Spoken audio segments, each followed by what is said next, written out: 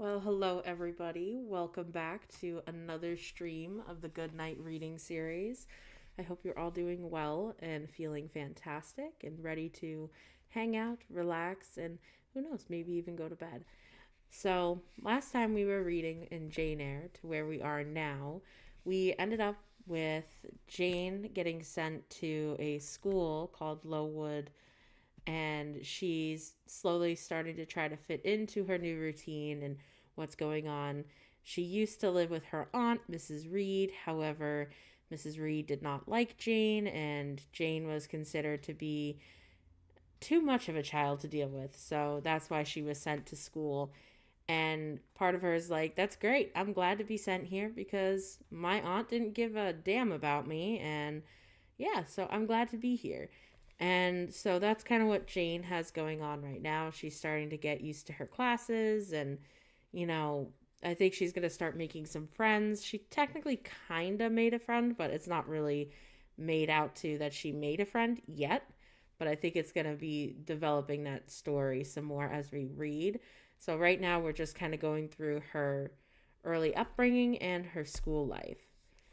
So that's where we are. So if you have not really seen any of my streams, you can feel free to find my past recordings on YouTube. They are available if you want to listen to the story from the beginning. And with that being said, let's get started on our next chapter.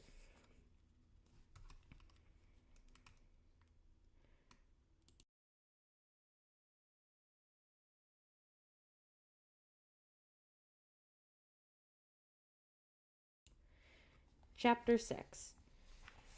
The next day commenced as before, getting up and dressing by rushlight, but this morning we were obliged to dispense with the ceremony of washing.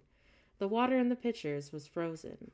A change had taken place in the weather preceding the evening, and a keen northwest wind whistling through the crevices of our bedroom windows all night long had made us shiver in our beds, and turned the contents of the ewers to ice. Before the long hour and a half of prayers and Bible reading was over, I felt ready to perish with cold. Breakfast time came at last, and this morning the porridge was not burnt. The quality was absolutely eatable. The quantity, however, was small. How small my portion seemed! I wished it had been doubled. In the course of the day I was enrolled as a member of the 4th class, and regular tasks and occupations were assigned to me. Hitherto I had only been a spectator of the proceedings of Lowood. I was now to become an actor therein. At first, being a little accustomed to learn by heart, the lessons appeared to me both long and difficult. The frequent change from task to task, too, bewildered me, and I was glad when, about 3 o'clock in the afternoon, Miss Smith put into my hands a border of muslin 2 yards long, together with a needle, thimble, and sent me to sit in a quiet corner of the schoolroom, with directions to hem the same. At that hour most of the others were sewing, likewise, but one class still stood around Miss Scatcherd's chair, reading, and as all was quiet, the subject of their lessons could be heard, together with the manner in which each girl acquitted herself, and the inadversions or commendations of Miss Scatcherd on the performance. It was English history. Among the readers, I observed my acquaintance of the veranda. At the commencement of the lesson, her place had been at the top of the class, but for some error of pronunciation or some inattention to stops, she was suddenly sent to the very bottom.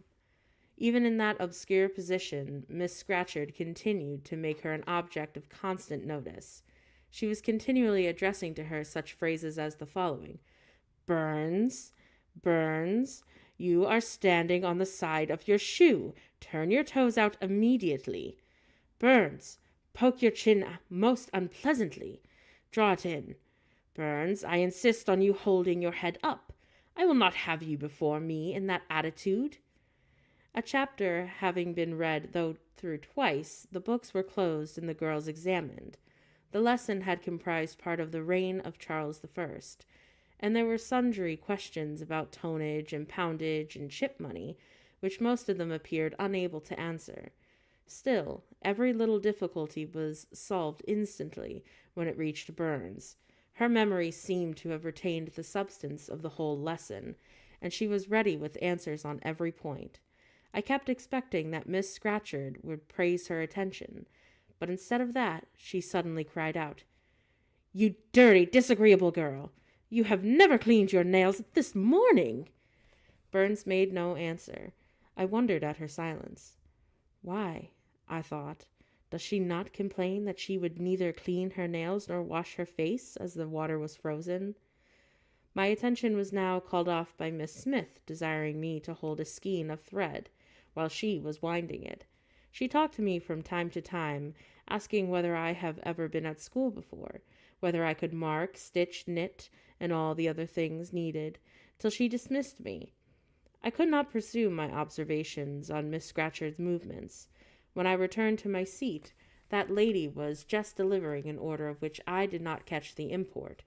But Burns immediately left the class, and going into the small inner room where the books were kept, returned in a half-minute, carrying in her hand a bundle of twigs tied together at one end. This ominous tool she presented to Miss Scatcherd with a respectful courtesy. Then she quietly and without being told unloosened her pinafore, and the teacher instantly and sharply inflicted on her a dozen strokes directly to her neck with the bunch of twigs.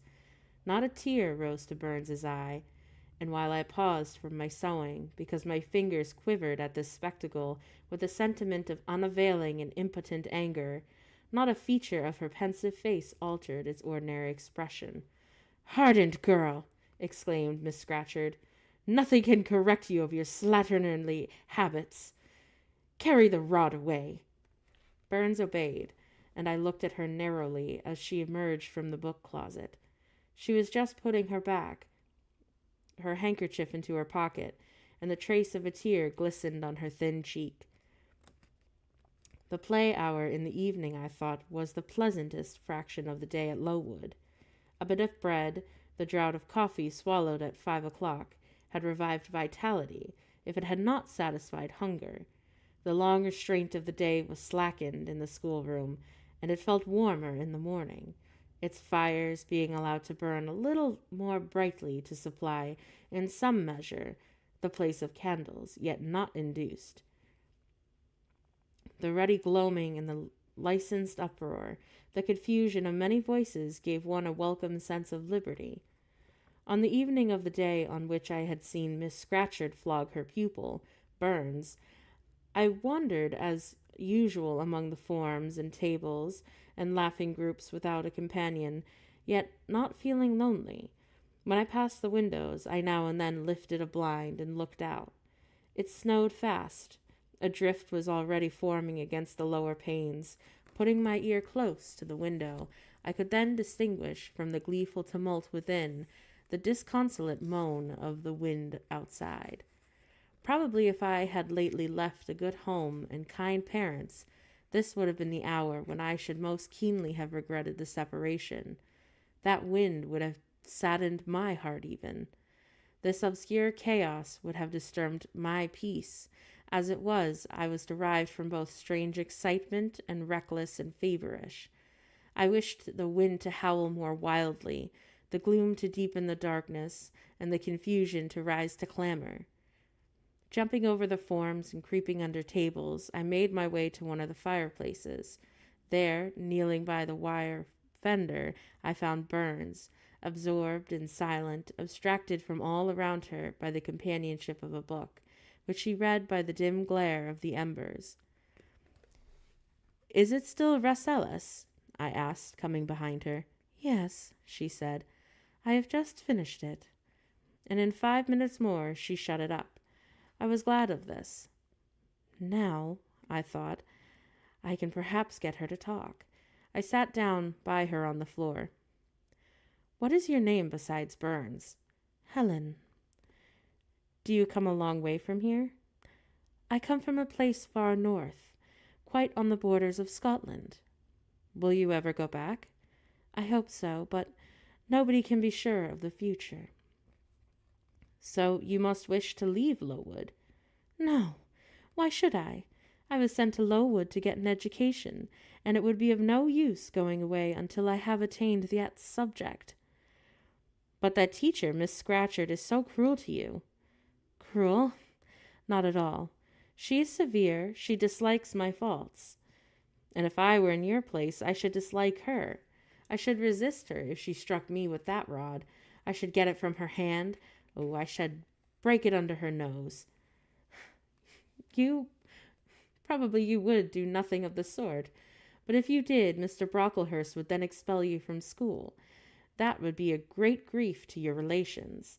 It is far better to endure patiently a smart which nobody feels but yourself, than to commit a hasty action whose evil consequences will extend to all connected with you. And besides, the Bible does bid us to return good for evil. But then it does seem disgraceful to be flogged, and to be sent to stand in the middle of a room full of people. Are you not such a great girl? I am far younger than you, and I could not bear it. Yet it would be your duty to bear it, if you could not avoid it. It is weak and silly to say that you cannot bear what it is your fate to be required to bear. I heard her with wonder. I could not comprehend this doctrine of endurance, and still less could I understand or sympathize with the forbearance she expressed for her chastiser. Still, I felt that Helen Burns considered things by a light invisible to my eyes. I suspected that she might be right, and I wrong. But I would not ponder the matter deeply. Like Felix, I put it off to a more convenient season. You say you have faults, Helen. What are they? To me, you seem very good.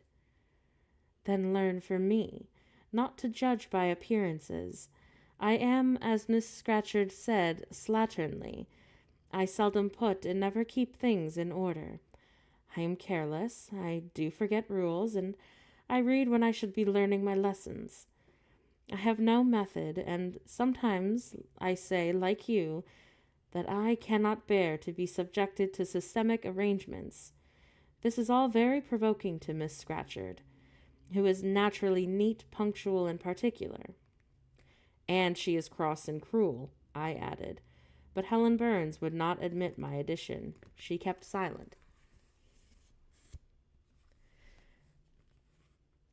Is Miss Temple as severe to you as Miss Scatcherd? At the utterance of Miss Temple's name, a soft smile flitted to her face. Miss Temple is full of goodness. It pains me to be severe to anyone, even the worst in the school. She sees my errors and tells me of them gently, and if I do nothing worthy of praise, she gives me my meed liberally. One strong proof of my wretchedly defective nature, that even her expostulations, so mild, so rational, have not influence to cure me of my faults, and even her praise, though I value it most highly, cannot stimulate me to continued care and foresight. That is curious, said I. It is so easy to be careful. For you, I have no doubt it is. I observed you in your class this morning, and saw that you were closely attentive. Your thoughts never seemed to wander while Miss Miller explained the lesson and questioned you. Now, mine continually rove away when I should be listening to Miss Scatcherd, and collecting all that she says with assiduity.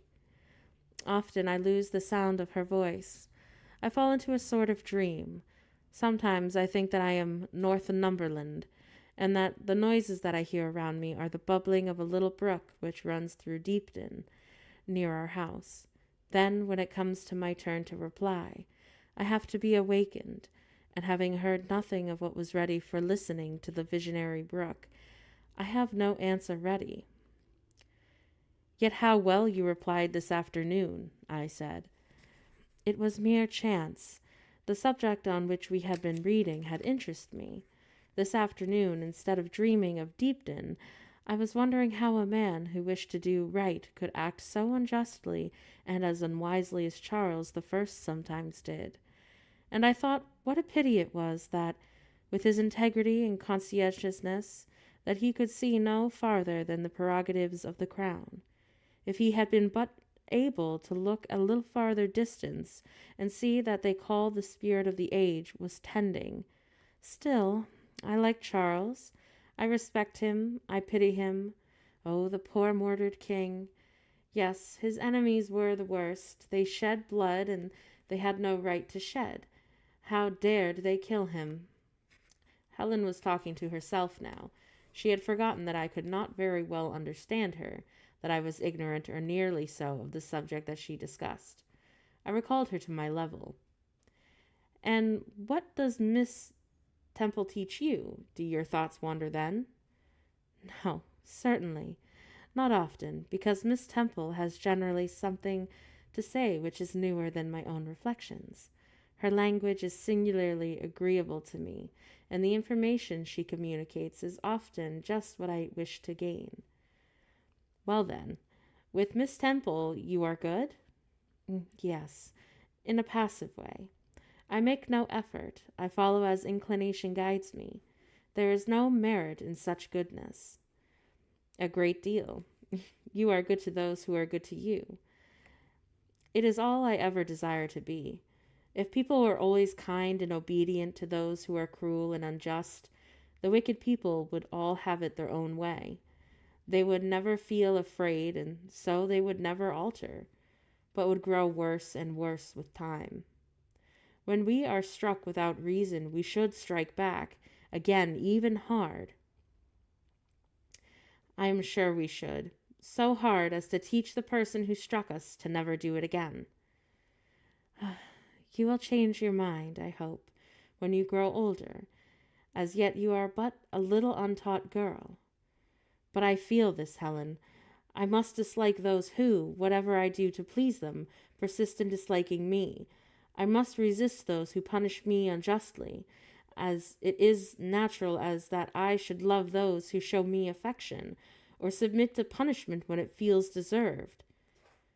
Heathens and savage tribes hold that doctrine, but Christians and civilized nations disown it.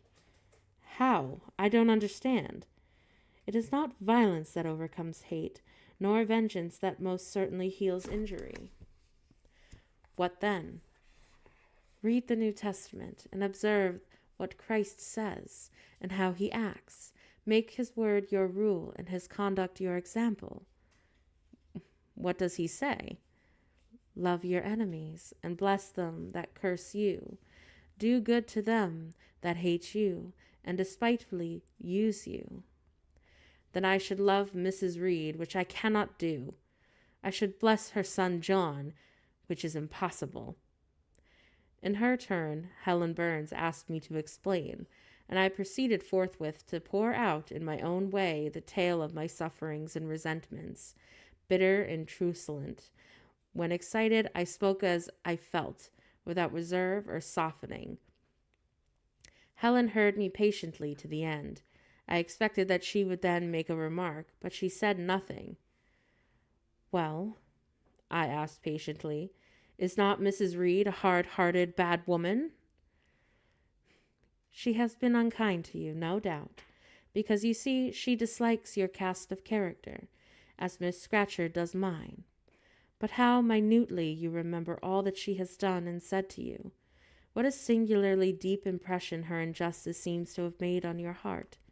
No ill usage so brands its record on my feelings. Would you not be happier if you tried to forget her severity, together with passionate emotions it excited? Life appears to me too short to be spent in nursing animosity or registering wrongs.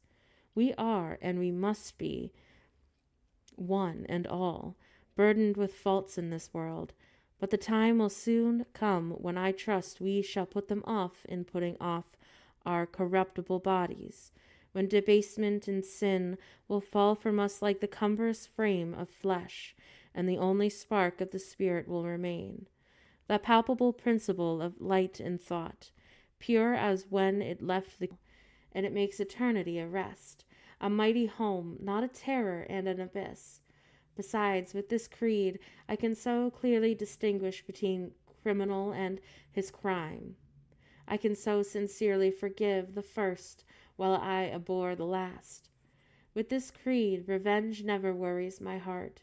Degradation never too deeply disgusts me. Injustice never crushes me too low. I live in calm, looking to the end. Helen's head, always drooping, sank a little lower as she finished this sentence. I saw by her look that she wished no longer to talk to me, but rather to converse with her own thoughts. She was not allowed much time for meditation. A monitor, a great rough girl, presently came up and exclaiming in a strong Cumberland accent, "Helen Burns, if you don't go and put your drawer in order and fold up your work this minute, I'll tell Miss Scratchard to come and look for it." Helen sighed at as her reverie fled, and getting up, obeyed the monitor without reply, as without delay. Chapter 8. My first quarter at Lowood seemed an age, and not the golden age either. It comprised an irksome struggle with difficulties in habituating myself to new rules and unwonted tasks.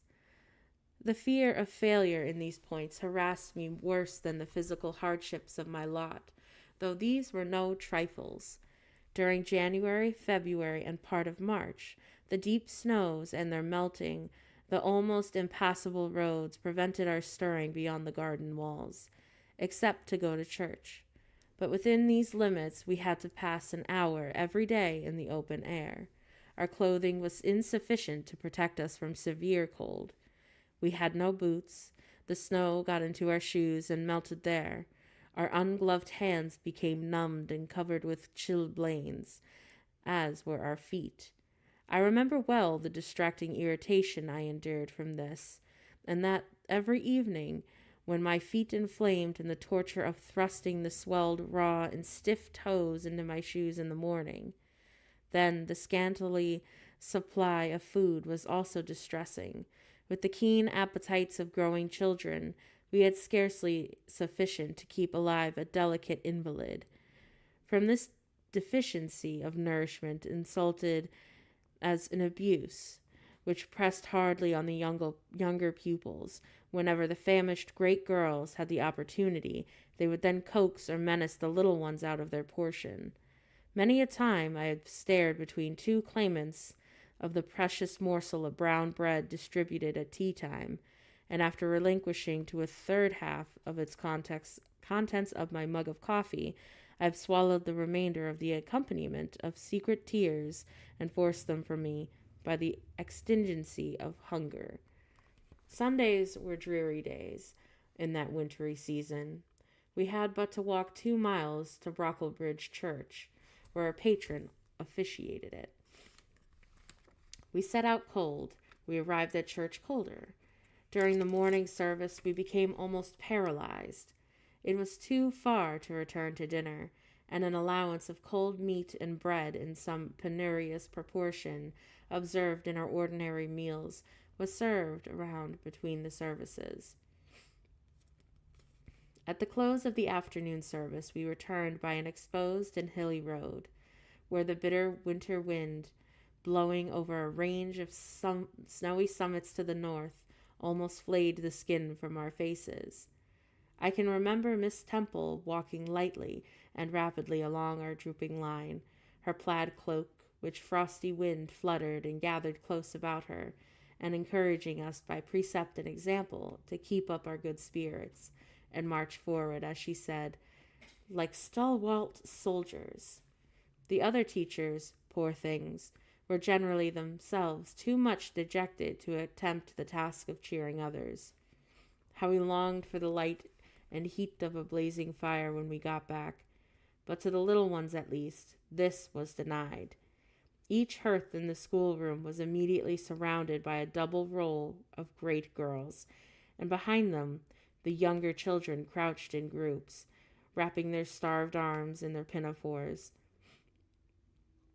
A little solace came at tea time, though, in the shape of a double ration of bread, a whole instead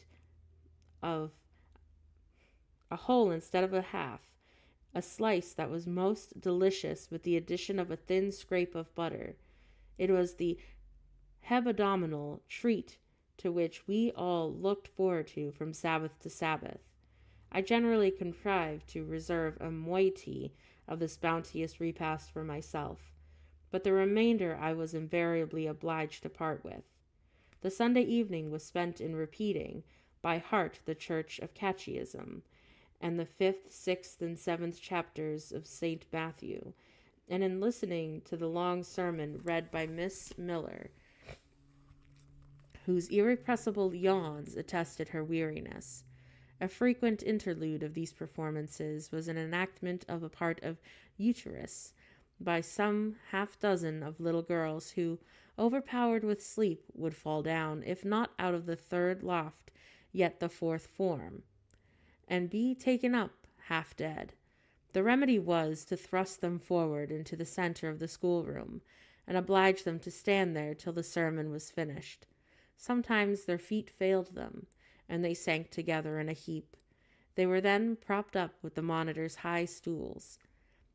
I have not yet alluded to the visits of Mr. Brocklehurst, and indeed that gentleman was far from home during the greater part of the first month of my arrival, perhaps prolonging his stay with his friend the Archdeacon. His absence was a relief to me. I need not say that I had my own reasons for dreading his coming, but come he did at last.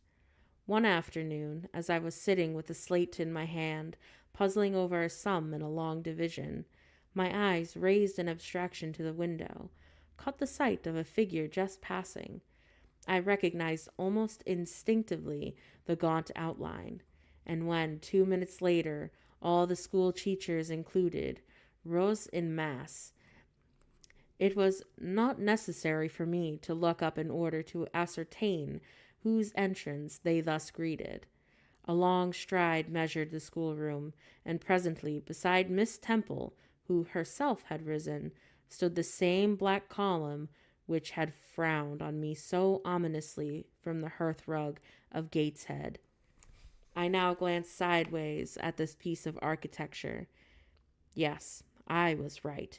It was Mr. Brocklehurst, buttoned up in a surtout, and looking longer, narrower, and more rigid than before.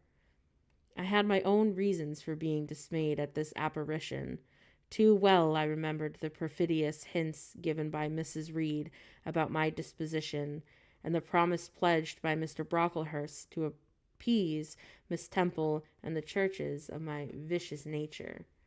All along I had been dreading the fulfillment of this promise. I had been looking out daily for the coming man, whose information respecting my past life and conversation was to brand me a bad child forever. Now there he was. He stood at Miss Temple's side. He was speaking low in her ear. I did not doubt that he was making disclosures of my villainy, and I watched her eye with a painful anxiety, expecting every moment to see its dark orb turn on me in a glance of repugnance and contempt. I listened, too, and I happened to be seated quite on the top of the room. I caught most of what he said. Its import relieved me from the immediate apprehension. I suppose, Miss Temple, the thread that I brought at Lowton will do. It struck me that it would be just of the quality for the calico chemises, and I sorted the needles to match. You may tell Miss Smith that I forgot to make a memorandum of the darning needles, but she will have some paper sent in the next week, and she is not, on my account, to give you more than one at a time to each people. If they have more, they are apt to be careless and lose them. And, oh, madam, I wish the woolen stockings were better looked too. When I was here last, I went into the kitchen garden and examined the clothes drying on the line. There was a quantity of black hose in very bad state, and from the size of the holes in them, I was sure that they had been well mended from time to time. He paused. Your directions shall be attended to, sir, said Miss Temple. And, ma'am, he continued, the laundress tells me that some of the girls have 2 clean tuckers in the week. It is too much. The rules limit them to 1. Well, I think I can explain that circumstance, sir. Agnes and Catherine Johnstone were invited to take tea with some friends at Lowton last Thursday, and I gave them leave to put on clean tuckers for the occasion. Mr. Brocklehurst nodded. Well, for once it may pass, but please not to let the circumstance occur too often. And there is another thing which surprised me. I find in settling accounts with the housekeeper that a lunch consisting of bread and cheese has twice been served out to the girls during the past fortnight. How is this? I looked over the regulations, and I find no such meal as lunch mentioned. Who introduced this innovation, and by what authority? I must be responsible for the circumstance, sir, replied Miss Temple. The breakfast was so ill prepared that pupils could not possibly eat it, and I dared not allow them to remain fasting till dinner. Madam, allow me an instant. You are aware that my plan in bringing up these girls is not a custom for them to have habits of luxury and indulgence, but to render them hardy, patient, and self-denying. Should any little accidental disappointment of the appetite occur, such as the spoiling of a meal, the under or the overdressing of a dish, the incident ought not to be neutralized by replacing with something more delicate, that the comfort is then lost, thus pampering the body and obviating the aim of this institution.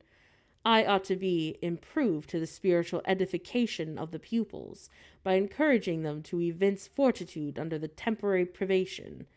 A brief address on those occasions would not be mistemmed, wherein a judicious instructor should take the opportunity of referring to the suffrages of the primitive Christians, to the torments of the martyrs, to the exhortance of our blessed Lord himself, calling upon his disciples to take up their cross and follow him, to his warnings that man shall not live by bread alone, but by every word that is proceedeth out of the mouth of God, to his divine consolations. If ye suffer hunger or thirst for my sake, happy are ye. O madam, when you put bread and cheese instead of burnt porridge into these children's mouths, you may indeed feed their vile bodies, but you little think how you starve their immortal souls. Mr. Brocklehurst again paused, perhaps overcome by his feelings. Miss Temple had looked down when he first began to speak to her, but now she gazed straight before her, and her face, naturally pale as marble, appeared to be assuming also the coldness and fixity of that material, especially her mouth, closed as if it would have required a sculptor's chisel to open it, and her brow settled gradually into petrified severity.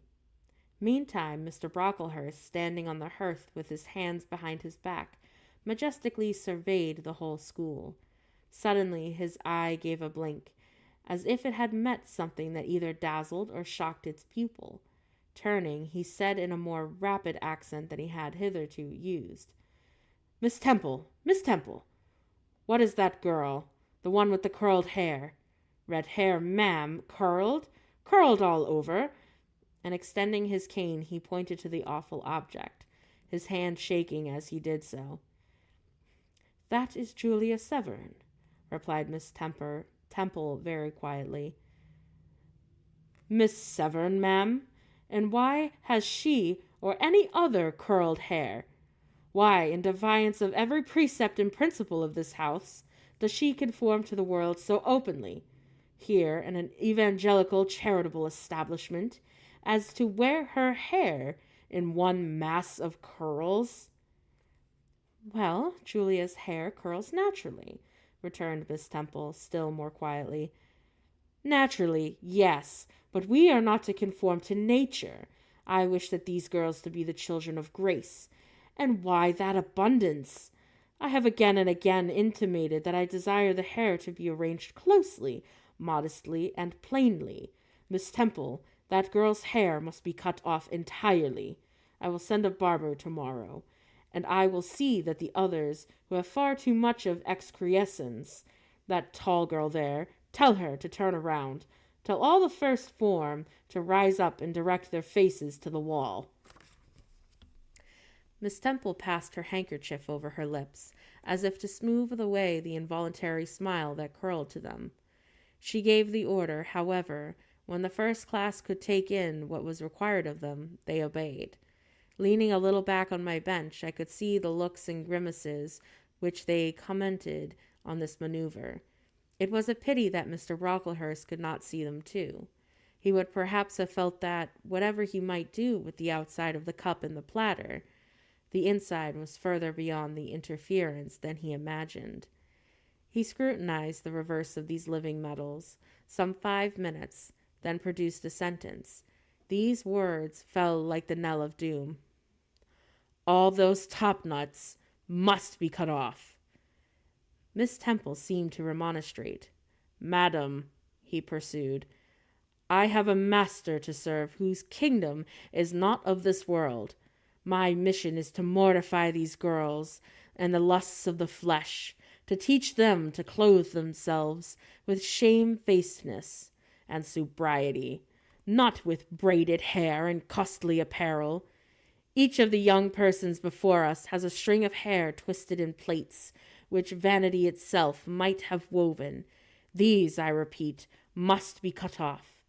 Think of the time wasted of—" Mr. Brocklehurst was then interrupted. 3 other visitors, ladies, now entered the room. They ought to have come a little sooner to have heard his lecture on dress, for they were splendidly attired in velvet, silk, and furs. The 2 younger of the trio had gray beaver hats, then in fashion, shaded with ostrich plumes, and from under the brim of this graceful headed dress fell a profusion of light tresses, elaborately coraled. The elder lady was enveloped in a costly velvet shawl, trimmed with ermine, and she wore a false front of French curls. These ladies were deferentially received by Miss Temple as Mrs. and the Misses Brocklehurst, and conducted to the seats of honor at the top of the room. It seems that they had come in the carriage with their reverend relative, and had been conducting a rummaging scrutiny of the room upstairs, while he transacted the housekeeper, and questioned the laundress, and lectured the superintendent. They now proceeded to address the divers remarks and reproofs to Miss Smith, who was charged with the care of linen and the inspection of the dormitories, but I had no time to listen to what they said. Other matters.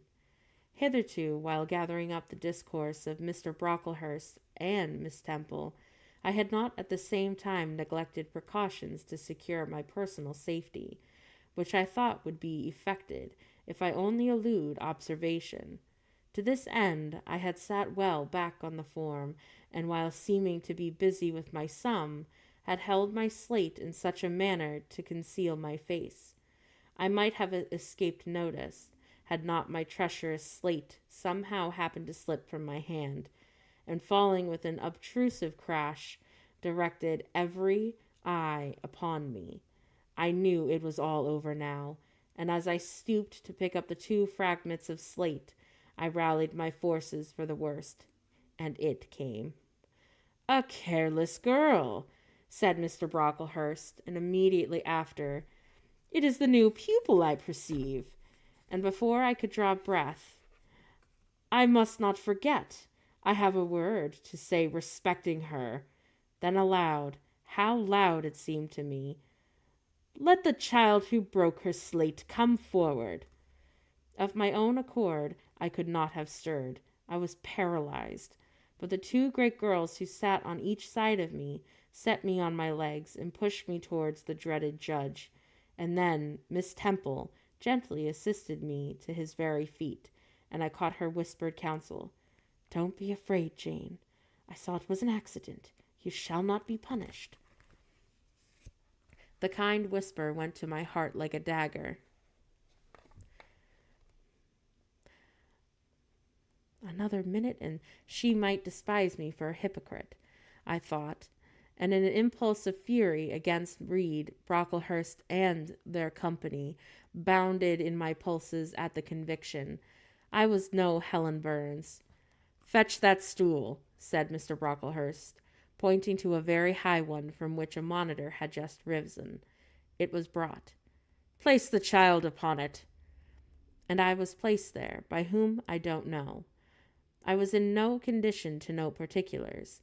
I was only aware that they had hoisted me up to the height of Mr. Brocklehurst's nose, that he was within a yard of me, and that spread of a shot orange and a purple silk pelisses and the cloud of silvery plumage extended and waved below me. Mr. Brocklehurst hemmed. "Ladies," he said, turning to his family, "Miss Temple, teachers, and children, you all see this girl." Of course they did, for I felt their eyes directed like burning glasses through my scorched skin. "You see that she is yet young. You observe that she possesses the ordinary form of childhood. God has graciously given her that shape. He has given us all. No signal of deformity points her out as a marked character.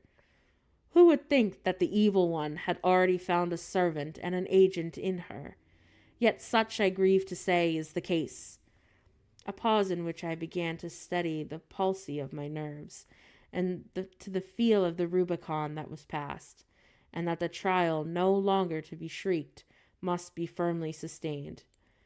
"My dear children," pursued the black marble clergyman with pathos, "this is sad, a melancholy occasion, for it becomes my duty to warn you that this girl, who might be one of God's own lambs, is a little castaway, not a member of the true flock, but evidently an interloper in an alien. You must be on your guard against her.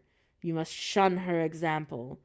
If necessary, avoid her company, exclude her from your sports, and shut her out from your converse. Teachers, you must watch her. Keep your eyes on her movements. Weigh well her words, and scrutinize their actions.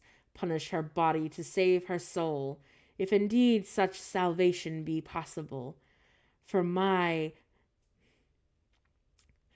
this girl, this child, the native of a Christian land, worse than many a little heathen who says its prayers to Brahma and kneels before the Juggernaut. This girl is a liar." Now came a pause of 10 minutes, during which I, by this time in perfect possession of my wits, observed all the female Brocklehursts produced their pocket handkerchiefs and apply them to their optics, while the elderly lady swayed herself to and fro, and the younger ones whispered, "How shocking!"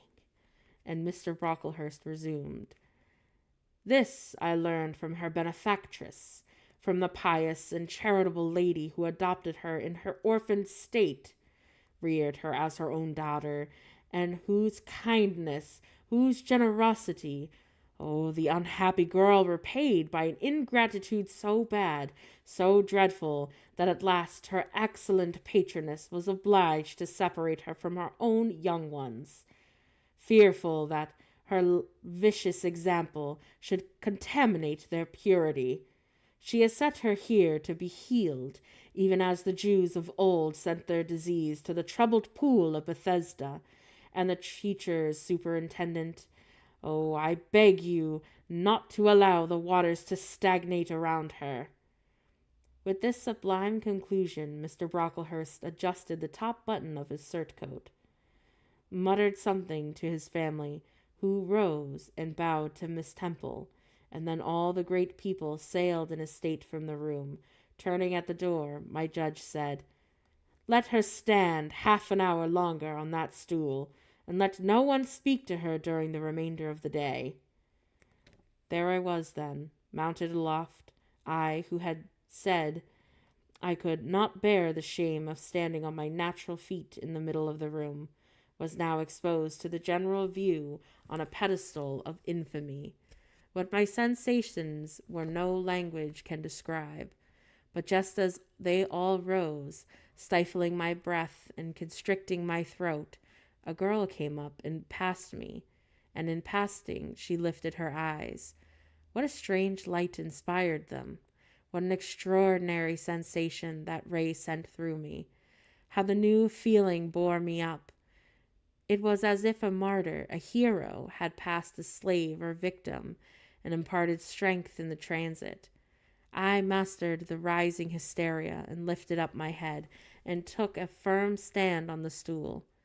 Helen Burns asked some light question about her work of Miss Smith, was chidden for the triviality of the inquiry, and returned to her place, and smiled at me again as she went by.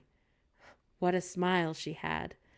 I remember it now, and I know that it was the effluence of a fine intellect, of true courage.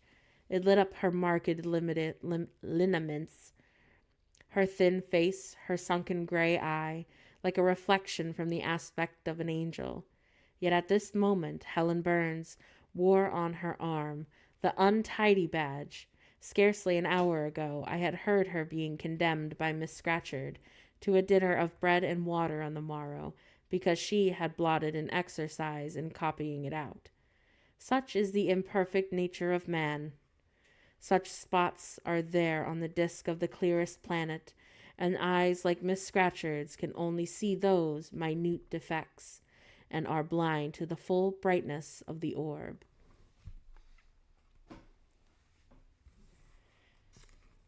Chapter 9. Ere the half-hour ended, 5 o'clock struck. School was dismissed, and all were gone into the refectory to tea. I now ventured to descend. It was deep dusk. I retired into a corner and sat down on the floor. The spell by which I had been so far supported began to dissolve. Reaction took place, and soon, so overwhelmingly was the grief that seized me, I sank prostrate with my face to the ground. Now I wept. Helen Burns was not here. Nothing sustained me, and left to myself, abandoned myself, and my tears watered the boards. I had meant to be so good, and to do so much at Lowood, to make so many friends, and to win respect and win affection. Already I had made visible progress. That very morning I had reached the head of my class. Miss Miller had praised me warmly, and Miss Temple had smiled approbation. She had promised to teach me drawing, and to let me learn French, if I continued to make similar improvement. And then I was well received by my fellow pupils, treated as an equal by those of my own age, and not molested by any. Now here I lay again, crushed and trodden on, and could I ever rise more? Never, I thought to myself, and ardently I wished to die. While sobbing out this wish in broken accents, someone approached. I started up.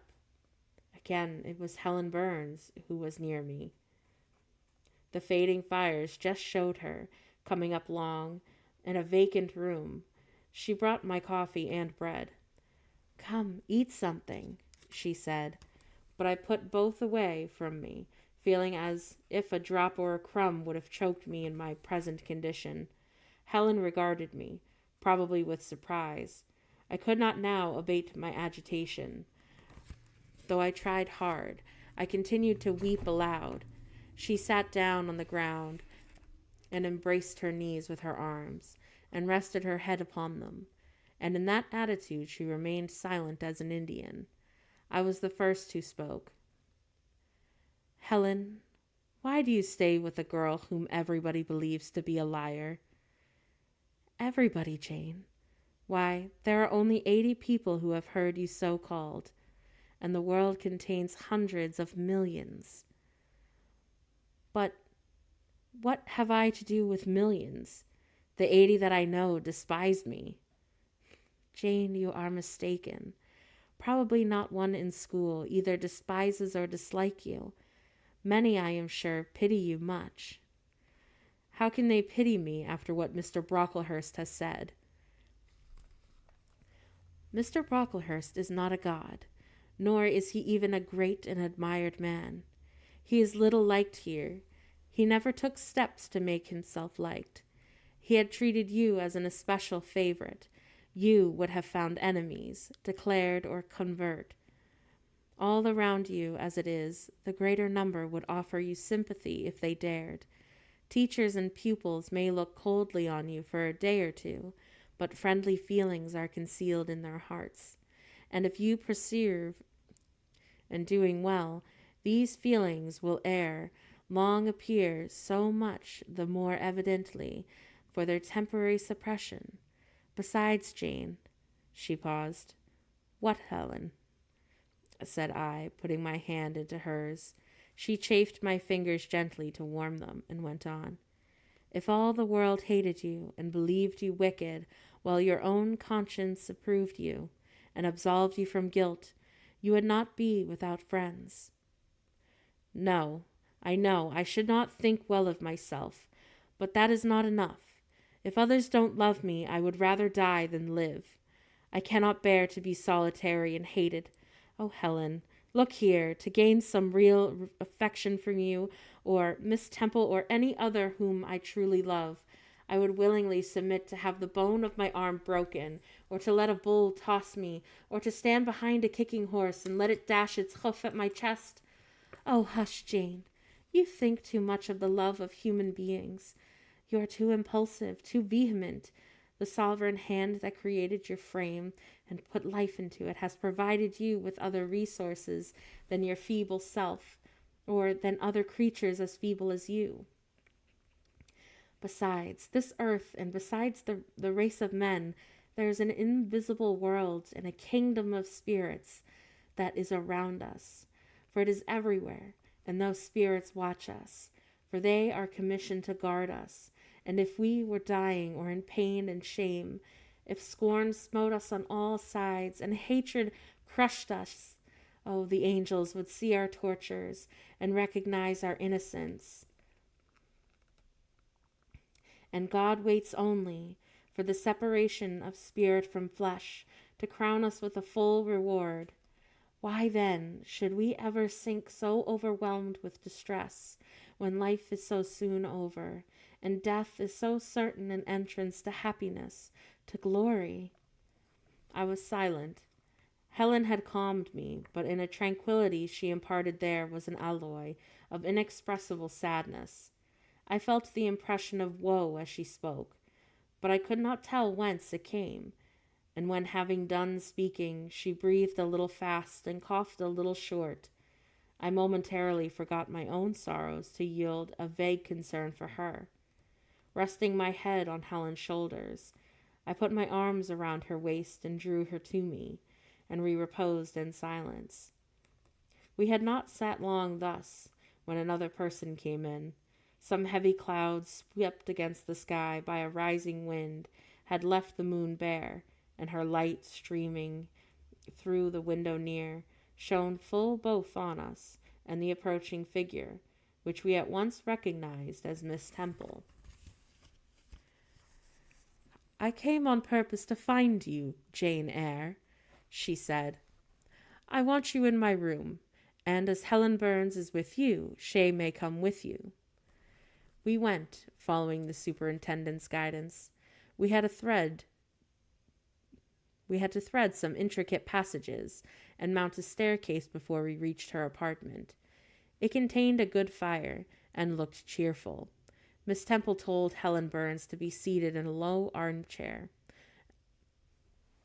and then she herself took another, and then she called me to her side. Is it all over? She asked, looking down at my face. Have you cried your grief away? I am afraid I shall never do that. Why?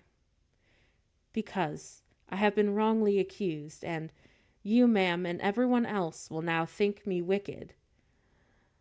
We shall think you what you prove yourself to be, my child.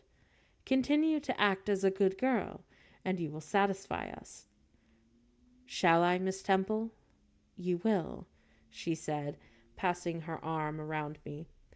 And now, tell me, who is the lady whom Mr. Brocklehurst called your benefactress?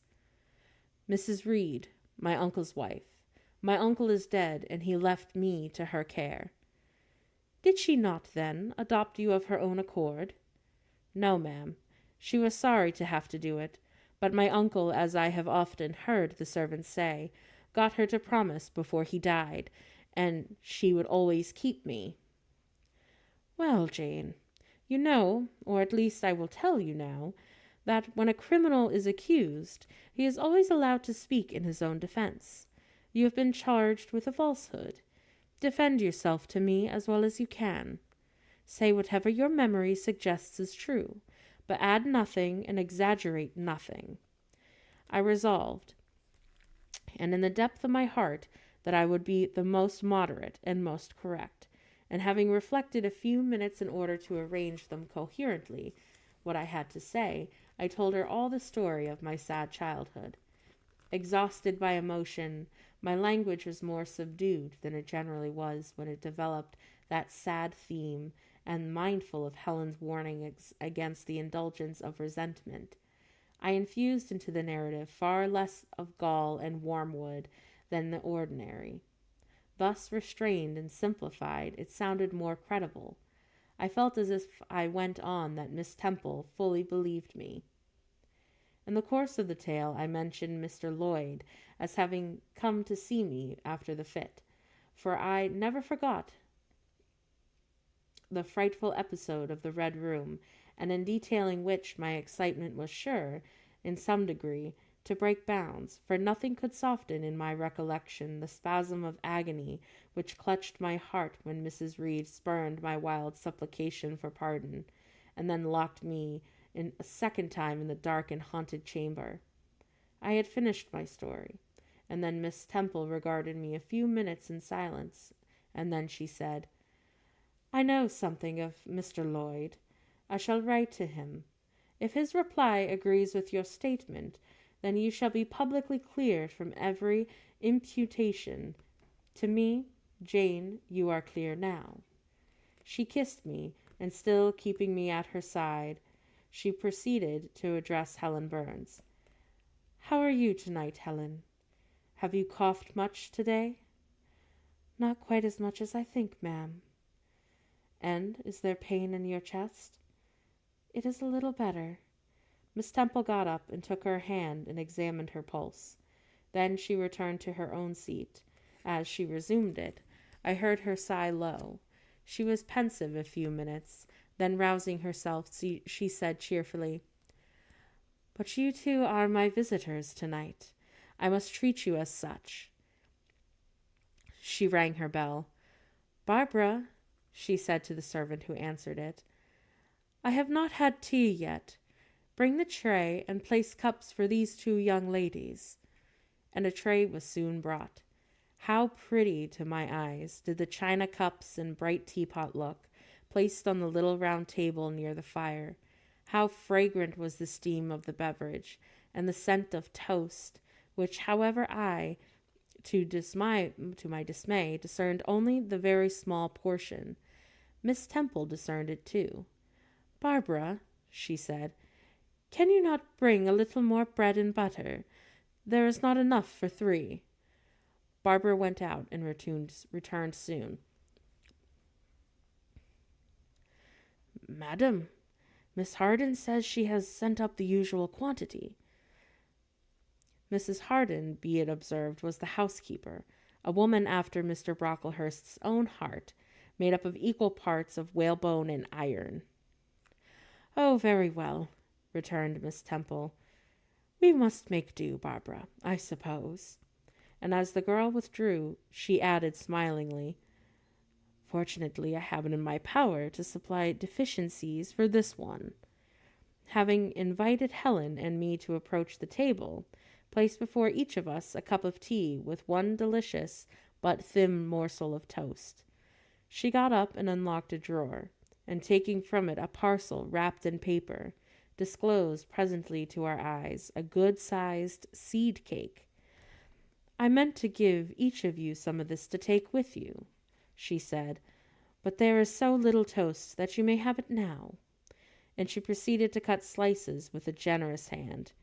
We feasted that evening on nectar and ambrosia, and not the least delight of the entertainment was the smile of gratification when our hostess regarded us, as we satisfied our famished appetites on the delicate fare that she liberally supplied. Tea was over, and the tray was removed. She again summoned us to the fire. We sat on each side of her, and now conversation followed between her and Helen, which it was indeed a privilege to be admitted to hear. Miss Temple had always something of serenity in her air, of state in her mien, of refined propriety in her language, which precluded deviation into the ardent, then excited the eager, something which chastened the pleasure of those who looked on at her and listened to her by a controlling sense of awe, and such was my feeling now. But as to Helen Burns, I was struck with wonder. The refreshing meal, the brilliant fire, the presence and the kindness of her beloved instructress, or perhaps more than all of these, something in her own unique mind had roused her powers within her. They woke and they kindled. First, they glowed in the bright tint of her cheek, which till this hour I had never seen but pale and bloodless. Then they shone in the liquid luster of her eyes, which had suddenly acquired a beauty more singular than that of Miss Temple's, a beauty neither of fine color, nor long eyelash, nor penciled brow, but of meaning, of movement, of radiance. Then her soul sat on her lips, and language flowed, from what source I cannot tell. Has a girl of 14 a heart large enough, vigorous enough to hold the swelling spring of pure, full, fervid eloquence? Such was the characteristic of Helen's discourse on that to me. Memorable the evening was. Her spirit then seemed hastened to live with a very brief span as much as many live during a protracted existence. They conversed of things that I had never heard of nations and times past, of countries far away, of secrets of nature discovered or guessed at. They spoke of books, and how many that they had read, what stores of knowledge that they possessed. Then they seemed so familiar with French names and French authors, but my amazement reached its climax when Miss Temple asked Helen if she sometimes snatched a moment to recall the Latin her father had taught her, and in taking a book from the shelf, she bade her to read and construe a page of Virgil, and Helen obeyed, my organ of veneration expanding at every sounding line. She had scarcely finished, and then the bell announced bedtime. No delay would be admitted. Miss Temple embraced us both, saying as she drew us near to her heart, "God bless you, my children." Helen and she held a little bit longer than me. She let her go with more reluctance. It was Helen her eye followed to the door. It was for her she a second time breathed a sad sigh. For her she wiped a tear from her cheek. On reaching the bedroom, we heard the voice of Miss Scatcherd. She was examining drawers.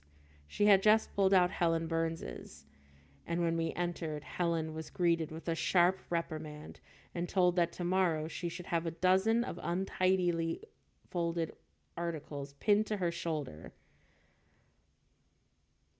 "My things were in shameful disorder," murmured Helen to me in a low voice.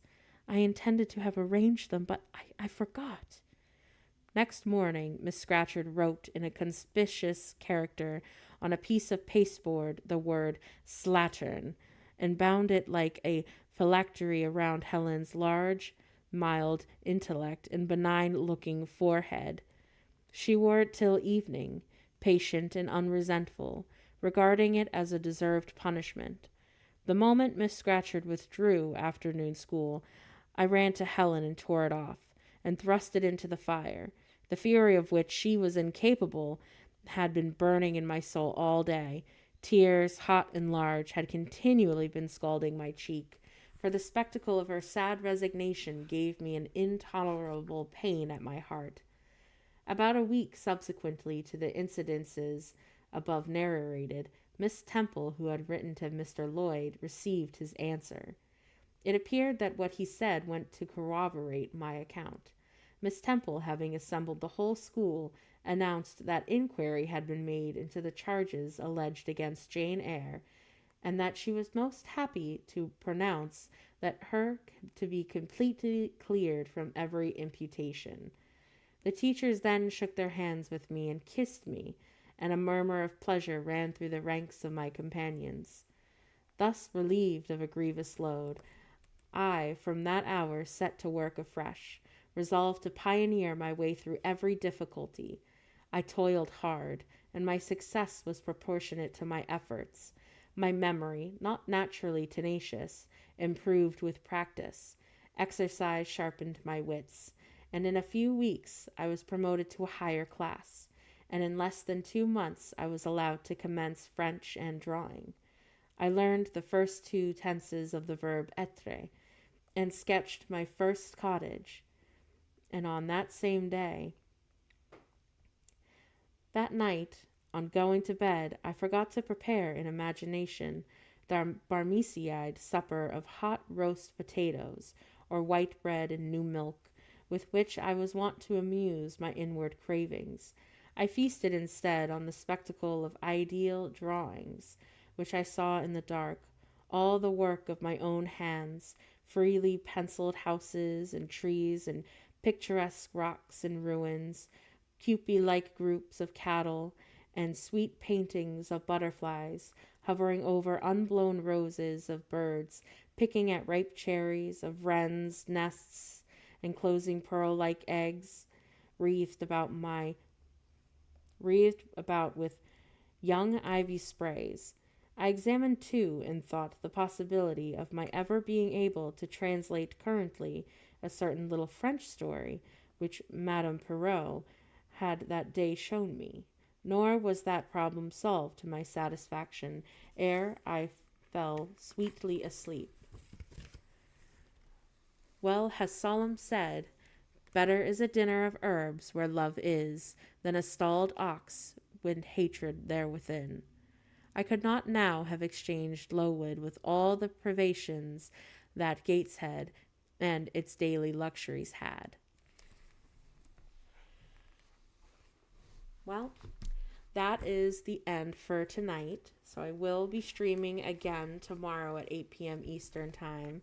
So if you liked listening, please feel free to like, subscribe, or follow. That way you can get notifications when I do go live again in the future, and we can continue going through and reading Jane Eyre. I'm very excited to see where the story goes. And with that being said, I hope you all stay safe and stay geeky as always.